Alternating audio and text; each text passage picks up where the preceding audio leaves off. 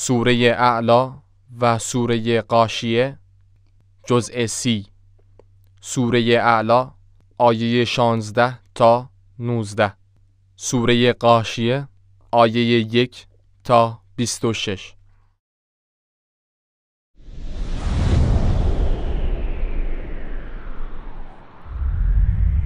اعوذ بالله من الشیطان الرجیم.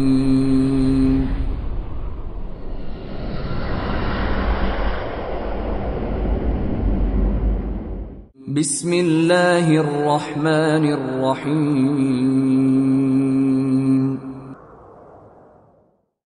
بل تؤثرون الحیاة الدنیا، بلکه شما مردم زندگی دنیا را بر آخرت ترجیح می دهید. والآخرة خیر و ابقا، در حالی که آخرت بهتر و پاینده تر است. این هذا لفی الصحف الاولی، به راستی این پندها در صحیفه های پیشین نیز بود. صحف ابراهیم و موسی، صحیفه های ابراهیم و موسی. اعوذ بالله من الشیطان الرجیم. بسم الله الرحمن الرحیم. به نام خداوند بخشنده مهربان. هل اتاک حدیث الغاشیه، ای پیامبر آیا خبر غاشیه به تو رسیده است؟ وجوه یومئذ خاشعه، چهره‌هایی در آن روز خار و ذلیل خواهند بود. عاملة ناصبه، در دنیا پیوسته تلاش کرده و خسته شده و چون در راه حق نبوده نتیجه ای ندیده اند.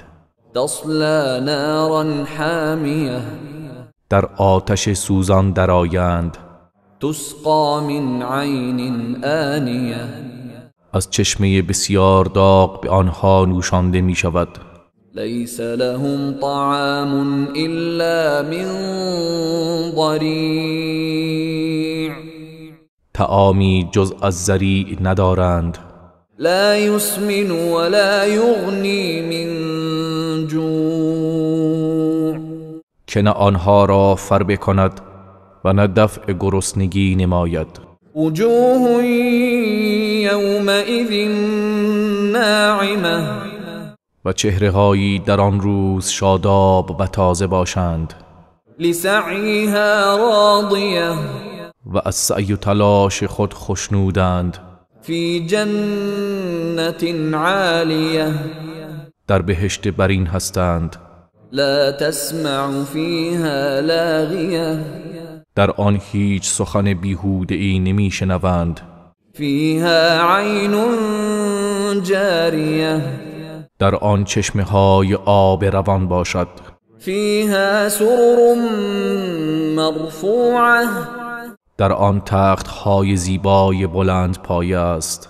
و اکواب موضوعه، و جام هایی که در کنار چشمه ها نهاده شده.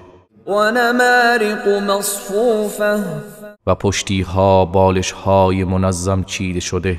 و زرابی مبثوثه، و نیز فرش های گرانبها گسترده شده است. افلا ينظرون الى الابل كيف خلقت، آیا کافران به شتر نمی نگرند که چگونه آفریده شده است؟ و الى السماء كيف رفعت، و به آسمان نمی نگرند که چگونه برافراشته شده است؟ و الى الجبال كيف نصبت، و به کوه ها نگاه نمی کنند که چگونه محکم بر زمین نصب شده است. و الى الارض كيف سطحت، و به زمین نمی نگرند که چگونه گسترده شده است. فذكر انما انت مذكر، پس ای پیامبر پند بده که تو تنها پند دهنده ای. لست عليهم بمسيطر، تو بر آنها مسلط و چیره نیستی که بر ایمان مجبورشان کنی. إلا من تولى وكفر مگر کسی که روی گرداند کافر شود فيعذبه الله العذاب الأكبر پس خداوند با عذاب بزرگ او را عذاب می کند. إن إلينا إيابهم همانا بازگشت آنها به سوی ماست. ثم إن علينا حسابهم سپس بیگمان حسابشان نیز با ماست.